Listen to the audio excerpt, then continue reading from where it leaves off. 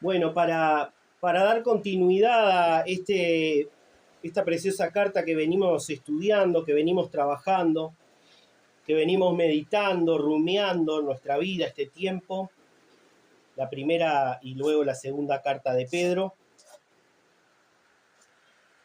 Vamos a continuar hoy en primera carta de Pedro, capítulo 2, y vamos a ir desde los versículos 11 al 17. De los versículos 11 al 17, vamos a recordar que estamos hablando de un momento histórico. Los cristianos del primer siglo están siendo perseguidos por el Imperio Romano, que es implacable, que está cargado y lleno de odio, con muchos prejuicios hacia el pueblo de Dios. Y particularmente tenemos que hablar de que en alrededor del año 64 después de Cristo, quien gobernaba en aquella época para Roma era Nerón, y sucedió en aquellos tiempos que dicen muchos a causa de que el emperador quería reconstruir un templo de una forma distinta y para él, para adjudicárselo a él con ciertas comodidades, lo que hace es provocar o enviar a provocar un incendio en esa localidad que consume el lugar para luego reconstruir lo que él quiere hacer, y le viene como anillo al dedo la justificación en aquel lugar de que los cristianos, los seguidores de Cristo, y ahora vamos a ver por qué, dice él, los acusen justamente de haber incendiado ese lugar. Recordemos que en la iglesia del primer siglo sufría una persecución y una ultimación de muerte tremenda que debería servirnos como ejemplo de hasta qué consecuencias estamos disponibles para entregarnos a Cristo. Por ejemplo, los romanos castigaban a los cristianos llevándolos a sus arenas, a sus estadios, a sus anfiteatros, para que los cristianos fueran devorados por animales salvajes o despedazados por perros que estaban adiestrados. O también los soldados envolvían a los seguidores de Cristo en materiales que eran inflamables, los ataban en postes, les prendían fuego para iluminar como si fueran antorchas humanas durante la noche. Y otros muchos eran crucificados o decapitados masivamente. Y entonces la justificación de esto, bueno, hay varios puntos. Tras el incendio que destruyó gran parte de Roma, se extendió el rumor de que el propio Nerón lo había provocado para construir su nuevo palacio, y para desviar las sospechas el emperador acusó formalmente a los cristianos de causar aquel catástrofe. Historiadores romanos de la época registraron que, aunque el cargo inicial fue el incendio, se les condenó socialmente por su supuesta hostilidad hacia el resto del mundo. Esto quiere decir que a los cristianos de la época se les consideraba como antisociales, como una amenaza para el orden público por no participar de esos grandes banquetes, de sus shows teatrales, de sus festivales paganos, aquellos que celebraba Roma, ni en la vida pública tradicional.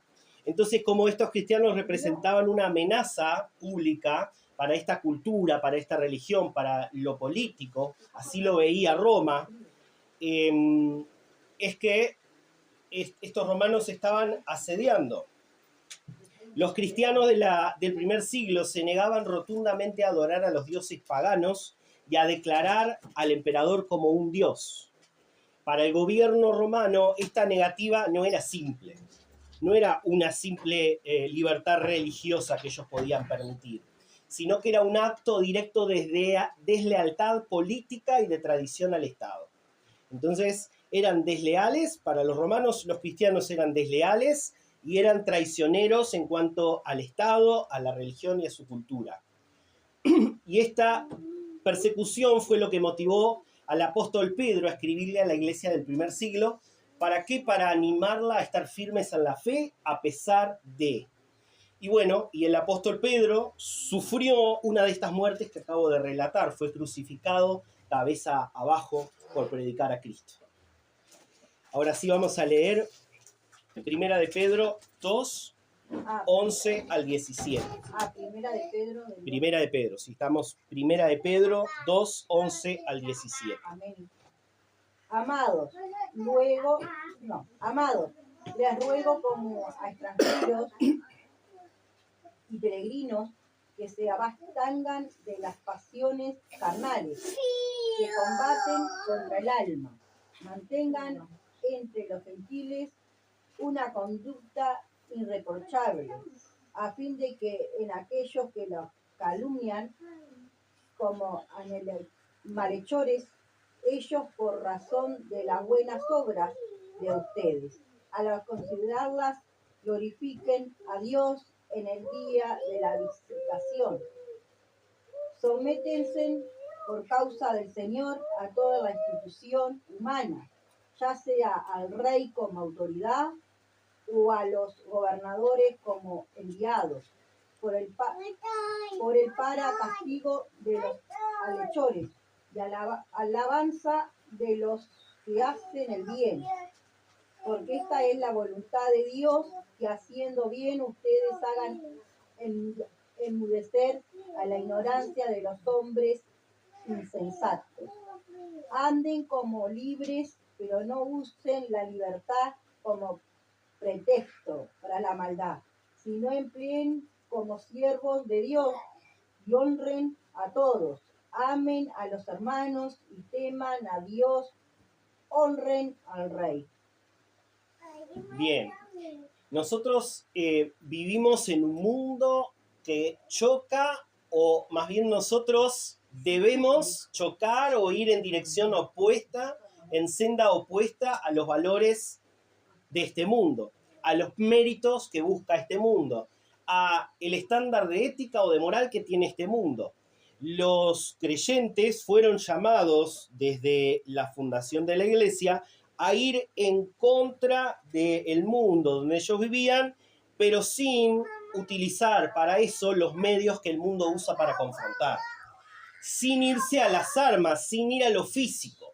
Nosotros somos llamados a estar en el mundo, caminar por un tiempo, como decían los pasajes anteriores en este libro, pero no somos de aquí. Y mientras estemos aquí, tenemos que mirar a Cristo, seguir su ejemplo, que los demás vean que nosotros somos personas diferentes, que seguimos al pie de la letra o intentamos seguir al pie de la letra lo que el Señor manda para conversión de ellos. Y vamos a ver que también para aquellos que no se conviertan, a través del ejemplo de Cristo en nuestra vida, y aunque ellos no se conviertan, sea en el día del Señor, en el día de su visitación, que den gloria al Señor diciendo estos eran de Él y Él existe. Y esto es tremendo, es duro, pero es así. Esa es la misión de la iglesia, llevar el evangelio para conversión y también como ejemplo, como muestra, como reflejo de que el Señor existe, de que el Señor es real. Nos llama Pedro a vivir como extranjeros, pero respetables, a respetar el lugar donde el Señor nos plantó, a las personas que rodean el lugar donde el Señor nos plantó, mientras sabemos que nuestra ciudadanía no es de aquí, sino de lo alto. ¿Sí? ¿Qué dice el versículo 11 que leyó recién Carolina? Amados, les ruego como extranjeros y peregrinos que se abstengan de las pasiones carnales que combaten contra el alma. Aquí Pedro retoma esta expresión extranjeros, peregrinos. Estamos en este lugar, en este planeta, en esta tierra, en este Uruguay, en esta ciudad, pero somos extranjeros. No pertenecemos aquí. Una vez que el Señor nos sella, nosotros abrazamos la salvación, somos sellados, somos etiquetados, somos grabados a fuego como ciudadanos de lo alto. Y tenemos que saber que el ser extranjeros en esta tierra conlleva un peregrinaje, un caminar. No soy un extranjero que está quieto, que está estático. Soy un extranjero que vive, que avanza, que camina, que experimenta la vida que el Señor quiere que yo viva en este lugar y en este tiempo. Pero soy un extranjero que aunque peregrine no se va a contagiar de lo que el mundo donde estoy me promueve, me propone. Y eso es un gran desafío, si será un desafío. Esta identidad tiene que estar grabada a fuego en todos nuestros días. Es la identidad que nos va a ayudar a permanecer firmes en el Señor, recordar quiénes somos y para qué hemos sido llamados. La iglesia, mis hermanos, no pertenece a un sistema mundano.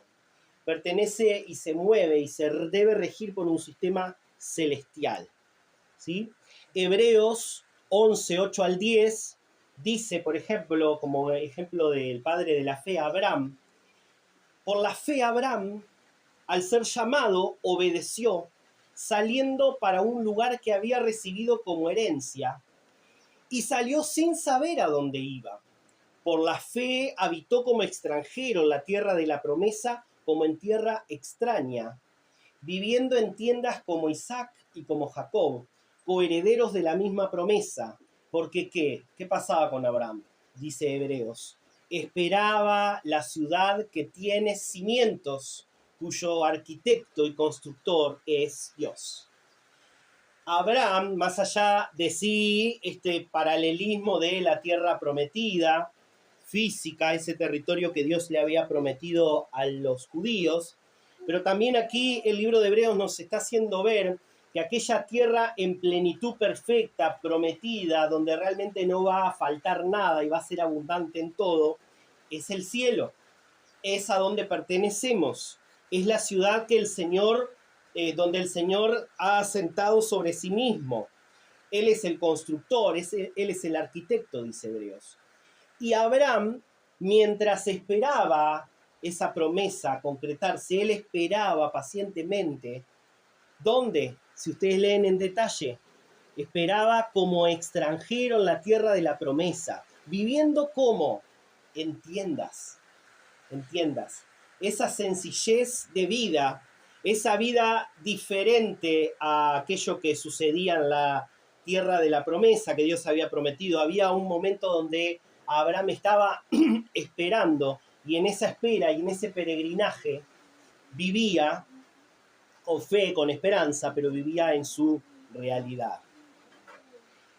Abraham se levantaba y veía su hogar como tiendas, con palos, con cuerdas, con telas, pero en su corazón atesoraba la promesa del Señor, aquella ciudad con cimientos inamovibles cuyo arquitecto y constructor es Dios.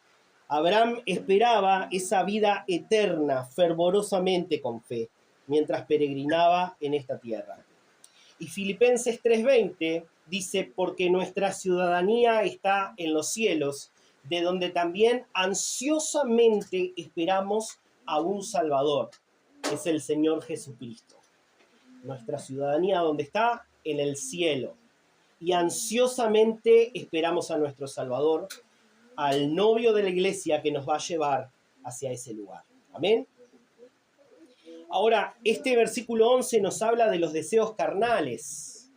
Y estos deseos carnales no son apetitos físicos, no es hambre física, sino proviene este deseo, este anhelo, esta inclinación que tiene nuestra vida hacia lo carnal y no hacia lo espiritual, proviene de una naturaleza caída que heredamos por ser humanos, por estar en esta condición de haber estado apartados del Señor.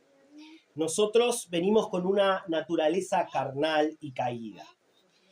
Y además, porque si pusiéramos a ver tan solo un día de nuestra vida o una mañana de nuestra vida y analizáramos ese día o esa mañana, el pecado más pequeño que llegamos a cometer en ese día ya nos pervierte y nos hace de naturaleza caída. ¿Sí?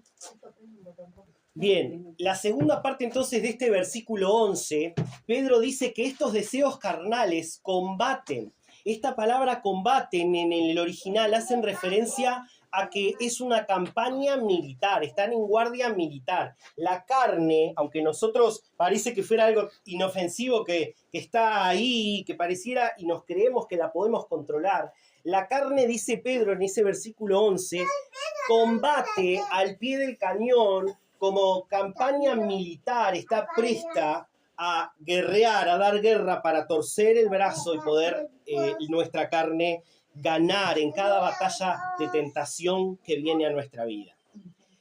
Ahora, nosotros sabemos que tenemos que hacer fuerte en nuestra vida el brazo espiritual, para que el brazo espiritual, el área espiritual de nuestra vida, esta nueva espiritualidad que el Señor nos dio, combata el área carnal, combata los deseos de nuestra mente, de nuestro corazón, de nuestra boca, y pueda vencer. Y ahora más adelante vamos a ver cómo poder trabajar ese músculo espiritual para que venza sobre nuestra carnalidad, ¿sí? Para vencer los deseos de la carne, el Nuevo Testamento enseña 3 acciones concretas. Una de ellas está en Gálatas 5:6, que se puede resumir en que la clave no es pelear con nuestras propias fuerzas humanas. Ya lo hemos chequeado. Si ustedes tienen un tiempo como yo en el cristianismo, sabemos que todo el tiempo estamos viendo que le fallamos al Señor. Estamos viendo que eso nos incomoda. Estamos viendo que nos levantamos y proponemos llevar nuestro día de tal manera y el mundo y la vida nos da vuelta y nosotros muchas veces no actuamos de la mejor manera. Bueno, tal vez sea, plantea Gálatas, que estamos haciéndolo con nuestras fuerzas humanas y tenemos que despojar de nuestra fuerza. Tenemos que darnos cuenta que no sirve planificar, que no sirve proyectar, que no vamos a poder sobre el pecado por nuestra propia condición, porque yo quiero, yo lo decidí, yo puedo. No, es mediante el Espíritu Santo, es mediante la llenura de la palabra, es mediante oración, mediante consagración. El segundo punto que indica Gálatas 5:16 es que debemos enfocarnos en la búsqueda de Dios continuamente, llenando nuestra mente de Biblia, básicamente, y un corazón volcado a la oración. Si nosotros nos viéramos como un recipiente que está vacío, o sea, que se le puede colocar adentro ciertas proporciones, o de carne o de espíritu, nosotros tenemos que procurar todos los días que nuestro recipiente esté cada vez más lleno de espiritualidad, lleno de Biblia, lleno de oración, lleno de consagración, y vacío cada vez más de carne. En esta santificación que es progresiva, que es un camino hacia el cielo, que cada día va a traer sus desafíos propios. Bueno, Jesucristo espera que nos vaciemos de nosotros mismos y nos llenemos más de Dios.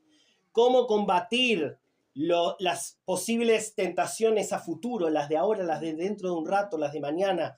Llenemos nuestra cabeza de meditar en la palabra del Señor y estemos continuamente en oración y súplica al Señor, en comunión con Él. Y entonces, al fortalecer nuestra vida espiritual, la carne pierde su poder que tiene naturalmente en nuestra vida. Se va achicando.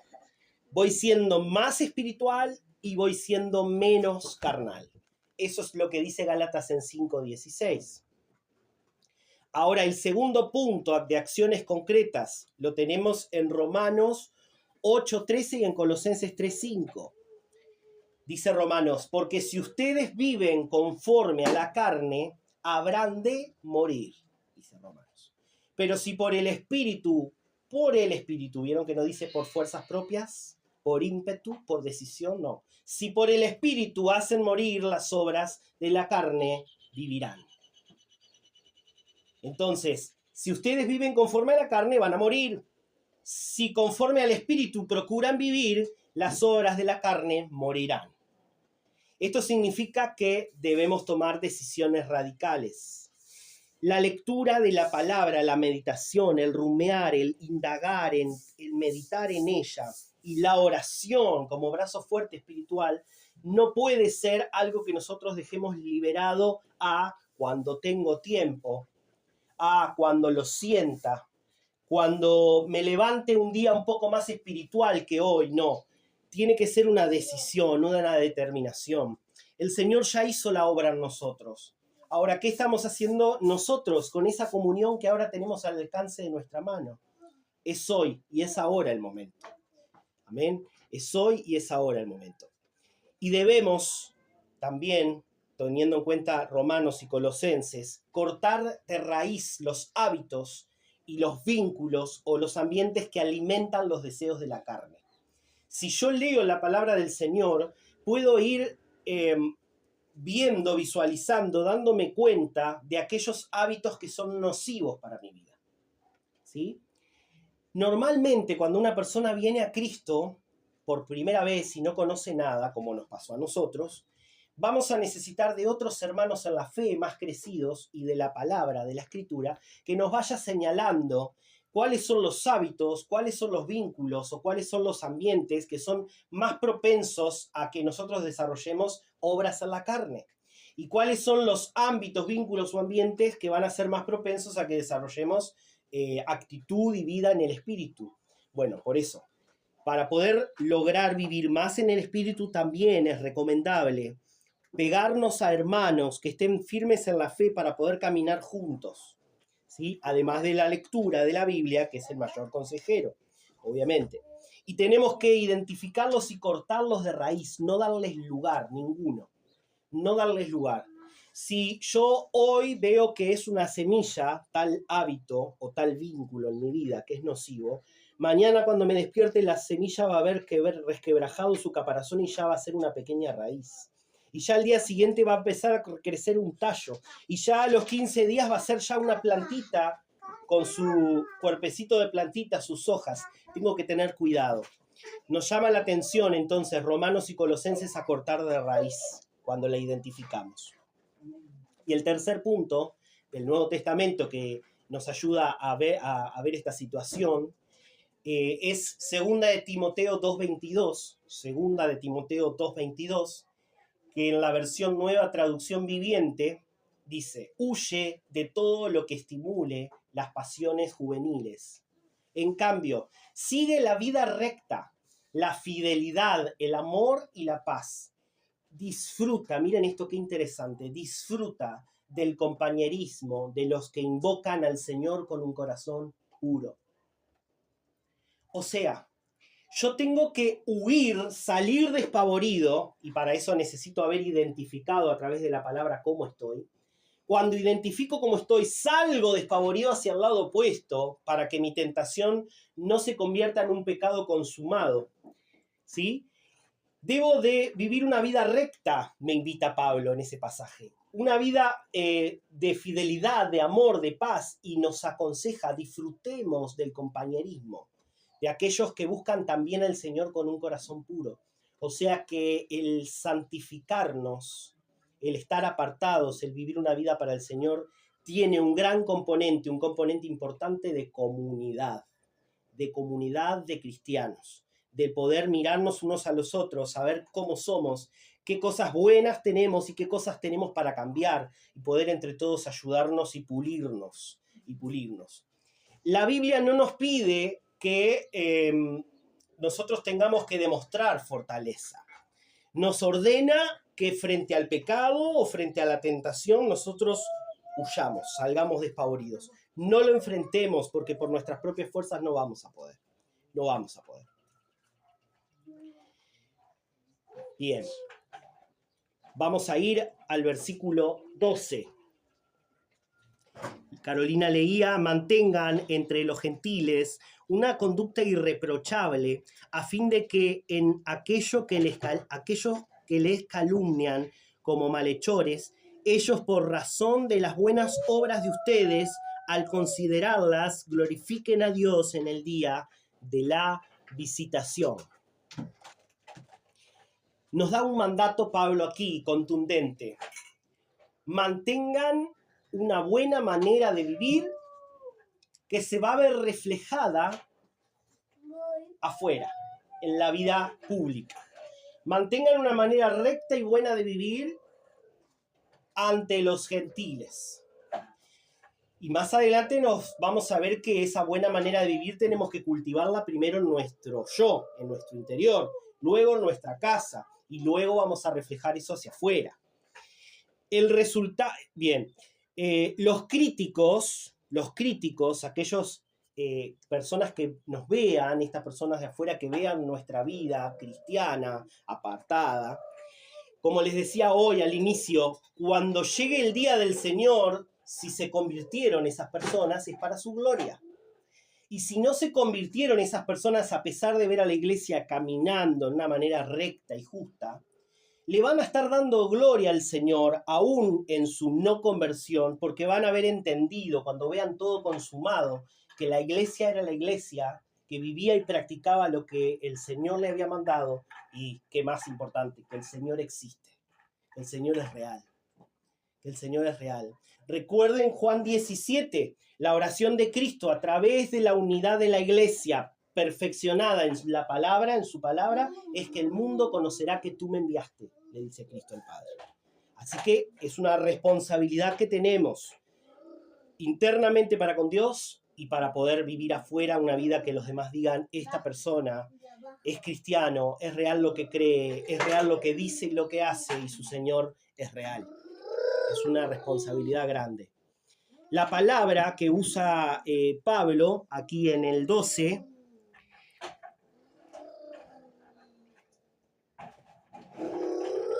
cuando habla de buenas obras de ustedes, por razón de las buenas obras de ustedes, esa palabra buena es en el original es una palabra paralela a la palabra hermosa. Hermosas obras, o a la palabra bella, bellas obras, en el sentido de perfección moral. O sea, que tiene una buena base en el cristianismo, mi obra. Es para la gloria de Dios, mi obra. La manera en que lo desarrollo también es para darle la gloria a Dios. Y de manera moral y ética no tiene un incentivo, un porqué para mi propósito o mi provecho. Es para beneficiar al otro que lo necesita, para mostrarle a Cristo y para darle la gloria a Dios. ¿Sí? Nuestras obras deben ser buenas. Las buenas obras son el argumento más poderoso contra la difamación. Cuando las personas agarran tu currículum de vida y te examinan y te ven, el que tú hayas y yo hayamos obrado conforme a la voluntad de Dios nos califica. Y ellos lo toman como algo bueno e irreprochable. Ahora, nuestra mala manera de vivir o nuestra manera de vivir contrario a lo que la palabra nos enseña, eso nos descalifica frente al mundo. ¿Sí? Nos descalifica frente al mundo. Efesios 2:10 dice, porque somos hechura suya, creados en Cristo Jesús para hacer buenas obras. ¿Para qué fuimos creados en Cristo Jesús? Para hacer buenas obras, las cuales Dios preparó de antemano para que anduviéramos en ellas. O sea, el Señor nos proporcionó el querer y el hacer estas buenas obras, y son buenas porque Él nos ha cambiado a nosotros y nos ha indicado ahora cómo vivir. Entonces nosotros tenemos que dar a luz esas buenas obras. Tenemos que accionar. Es tiempo de accionar. Y Santiago 2:14 al 17 dice Santiago, ¿de qué sirve, hermanos míos, si alguien dice que tiene fe pero no tiene obras? ¿Acaso puede esa fe salvarlo? Si un hermano o una hermana no tiene ropa y carecen del sustento diario, y uno de ustedes les dice, vayan en paz, caliéntense y sáciense, pero no les dan lo necesario para su cuerpo, ¿de qué sirve? Así también la fe por sí misma, si no tiene obras, está muerta, sentencia Santiago. ¿Qué quiere decir esto? Y vamos a hacer un paréntesis aquí. Otras religiones, como el catolicismo, toman sus obras, sus quehacer, como algo principal, como algo esencial, que a través de esas obras califican, suman puntaje, vamos a decir, ante Dios, y cuando lleguen ante el trono celestial, su cuenta, la ecuación le va a dar, ellos creen así, ¿no? Más obras buenas, menos obras malas. Entonces, si la ecuación da en números más y verdes, van a ser salvos, van a encontrar gracia ante Dios.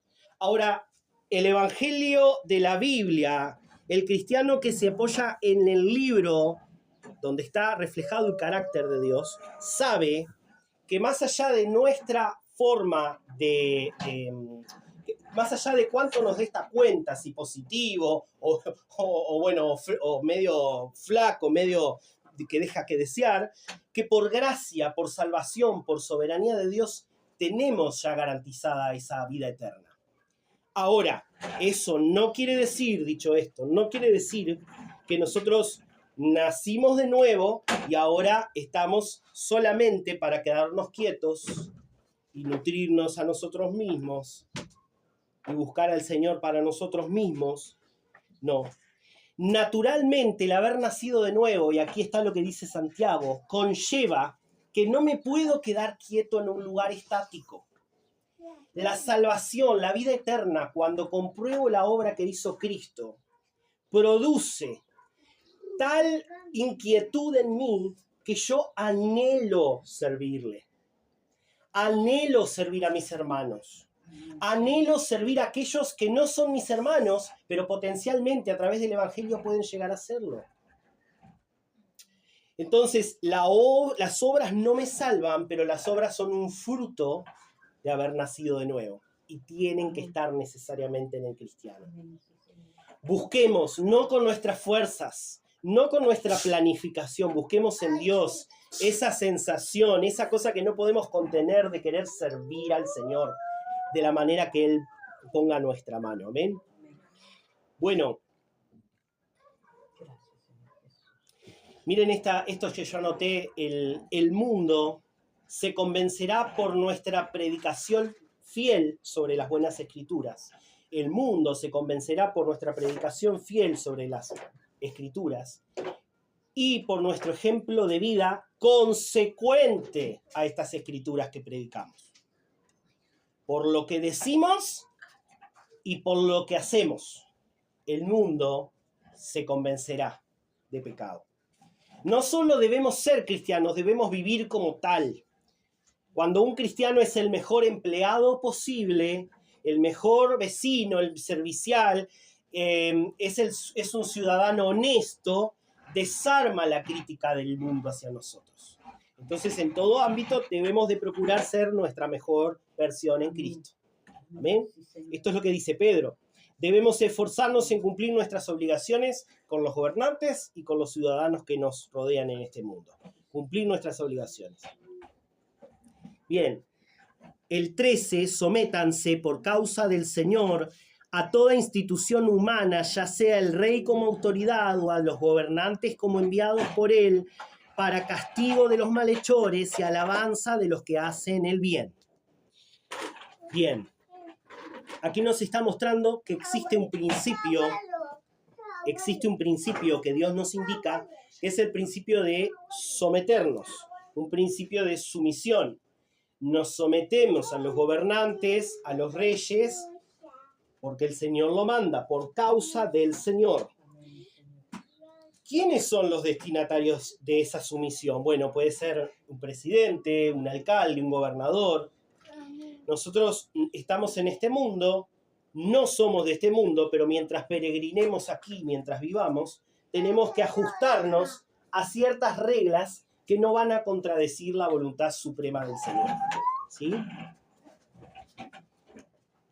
Y dice aquí este pasaje que esta autoridad que el Señor ha permitido que tengan los gobernantes es una autoridad para castigar al malhechor y alabar de alguna manera a los que hacen el bien. El Señor puso gobernantes para ordenar este mundo, para poner un tantito de freno a este mundo, aunque sabemos que va de mal en peor, y que sabemos que ya está desbordante, y que sectores en el mundo donde antes no existía ciertos niveles de violencia y de descontrol, ya lo vemos a la vuelta de la esquina, está contra nosotros.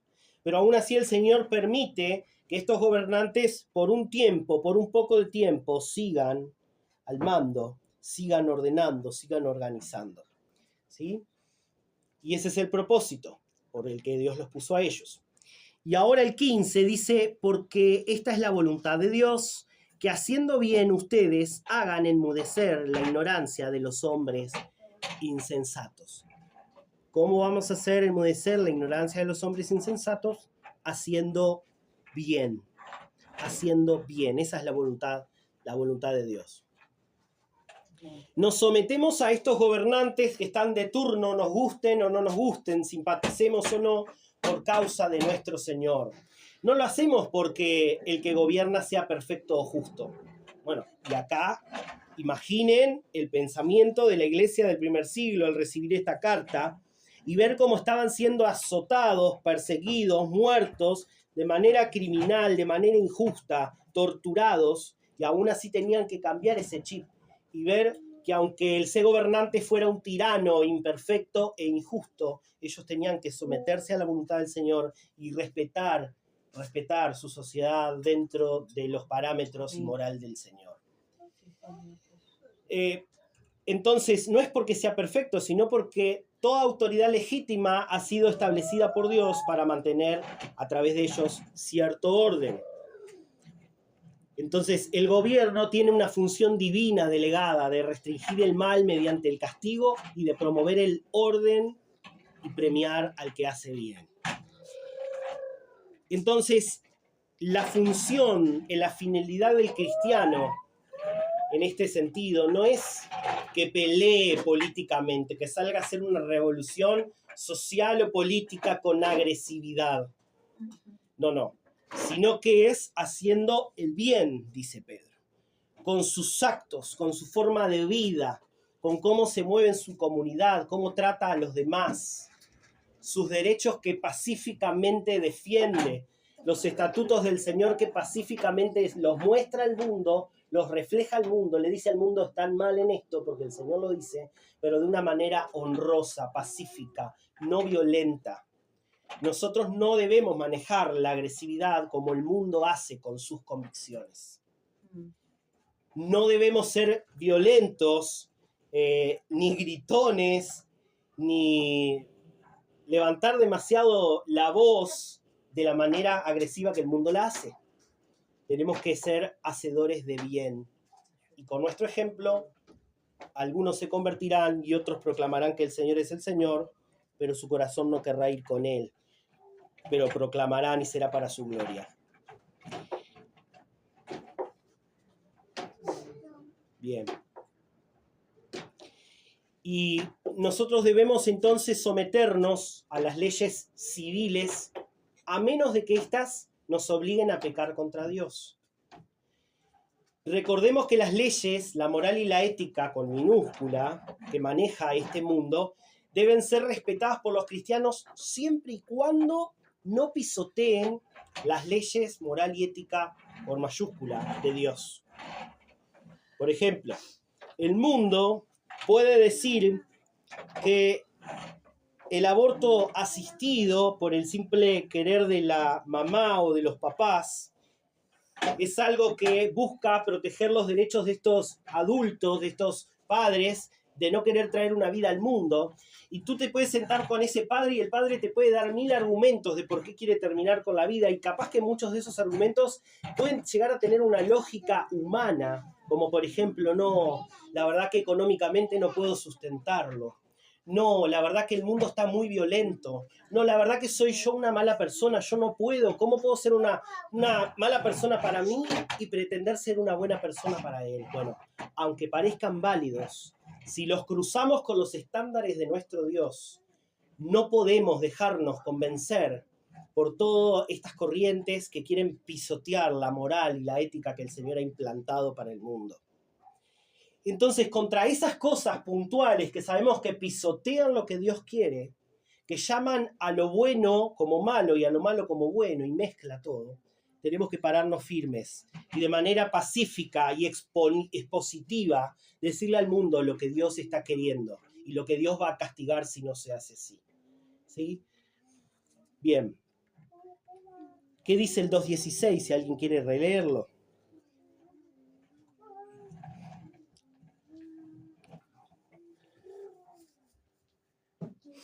Dice, anden como libres, pero no usen la libertad como pretexto para la maldad, sino empléenla como siervos de Dios. Bien.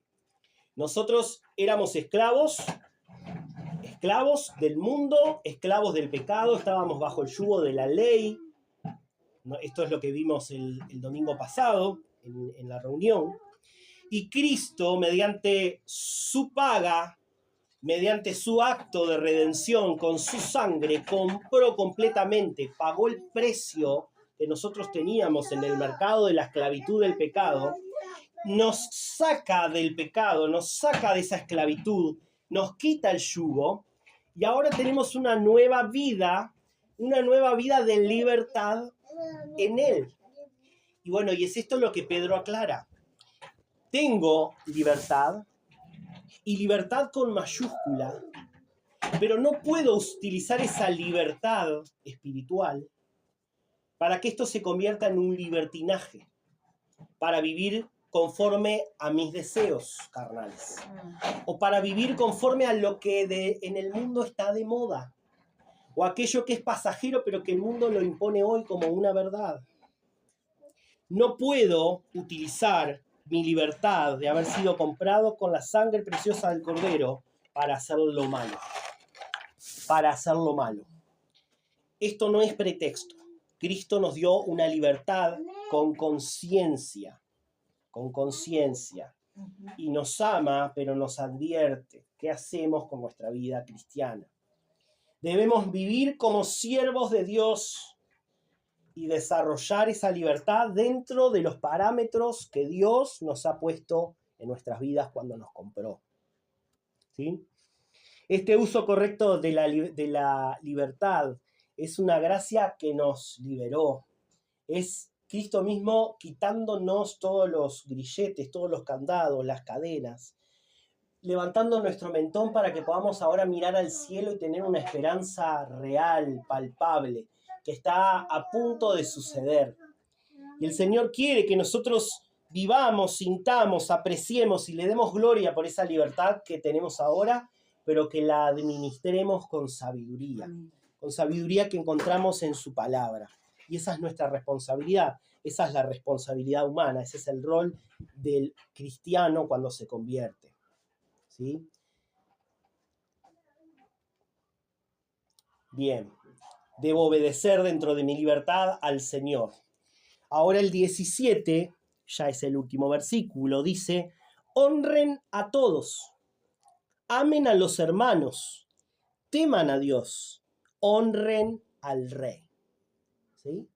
Y bueno, y estratégicamente, Pedro pareciera que intercala la honra, el respeto, en cuanto a lo que los cristianos, por haber nacido de nuevo en el primer siglo, ya conocían, que era la honra a Dios, el respeto y temor a Dios y a los hermanos, pero intercala entre eso la honra y el respeto a los gobernantes y a los ciudadanos de aquella cultura que los hostigaba.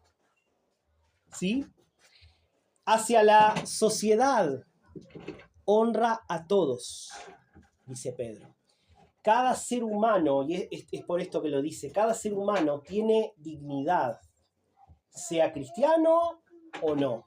Y esta dignidad subyace, viene, porque todos los seres humanos fuimos creados a imagen de Dios. Todo ser humano posee en sí mismo una dignidad natural que Dios le otorgó a la raza humana en el Edén. Génesis 1:27. Dios hizo al ser humano a imagen y semejanza de Dios. El ser humano es creación de Dios y por eso debe ser honrado, sea cristiano o no. A pesar de que el pecado haya desfigurado ese reflejo en el ser humano. El hombre y la mujer son creación de Dios a pesar de que ese reflejo se haya desfigurado. Esta condición exige, porque somos todos imagen de Dios, un respeto universal hacia toda persona en la tierra, aunque no sea creyente. Después Pedro nos está diciendo amar a la hermandad. Amen a los hermanos. La iglesia local y la iglesia global se debe, y más en estos tiempos, un amor sacrificial, del que hemos venido hablando en otras reuniones. Un amor de entrega, ¿sí? Un amor que todo lo da, que en todo momento piensa en su hermano en la fe, en todo momento piensa cómo poder ayudarle, cómo poder aconsejarle, cómo poder escucharle, qué cosas le hacen falta. Eso es un distintivo que el mundo va a ver, dice Juan 17. y va a dar gloria a Dios en eso. Aquel amor ágape que estuvimos viendo en reuniones pasadas. Después dice Pedro, terminando, teman a Dios. Dios ocupa el lugar absoluto en nuestra adoración, en nuestra entrega. Le debemos al Señor toda reverencia por sobre todas las cosas. Y añade al final, como les decía, estratégicamente intercalado, para que estemos desconectados de este mundo, pero al mismo tiempo tengamos los pies en la tierra todavía, por un tiempo, honrar al rey. Es la última frase, y rey con minúscula. Al gobernante se le debe, o al sistema de Estado, se le debe respeto debido a su posición delegada por Dios. Pero nunca el temor reservado exclusivamente para Dios. O sea, le debemos respeto al gobernante, al sistema estatal, pero nunca esa reverencia, ese temor puede ser mayor que el que le tengamos a Dios. Dios está sobre todo, y como está sobre todo, honramos su nombre siendo buenos ciudadanos, buenos cristianos y buenos hermanos en la fe. Amén. Cristo nos hizo libres del pecado y estamos ahora inmersos en un proceso que es, si lo será, doloroso, de santificación progresiva hasta ser glorificados por Él. Hasta ser glorificados por Él. Entonces, no utilicemos este tiempo de gracia y lo perdamos y lo agotemos en sí mismo con cosas vanas o en nuestra propia mente o corazón. Más bien, aprontemos todos los días nuestra mente y corazón en Él, quitando la carnalidad de lado. ¿Para qué? Para poder obrar bien, para poder reflejar su amor a los demás, para poder reflejar su gloria en el mundo. Para cada vez que el mundo se tome nuevos rumbos y diga, este es el lugar, este es el rumbo, esto es lo que tenemos que hacer, nosotros tengamos en claro que por allí no es. Que se los podamos predicar, que se lo podamos hacer llegar con un espíritu de amor y mansedumbre. Amén. Y también recordar que nuestra libertad se expresa mejor cuando decidimos voluntariamente ser siervos del Señor y servir al prójimo. ¿Sí? Yo me anoté por aquí para concluir. La mejor defensa de la fe es una vida santa. O sea, la mejor manera de defender o demostrar que la fe es la verdad, que nuestra fe es lo real, ¿cómo es? No es estar a los gritos, no es pelearme con el vecino por la fe o con el hermano por la fe. Sería vivir una vida santa. O sea, de acuerdo a nuestros actos, es que estamos reflejando que nuestra fe es verdadera. Una fe que está apartada para Dios, una fe que refleja a Cristo en un mundo lleno de violencia, de maldad, de vicios. El cristiano está llamado a marcar una diferencia, honrando, respetando, sometiéndose de manera correcta a sus gobernantes y demostrando amor fraternal.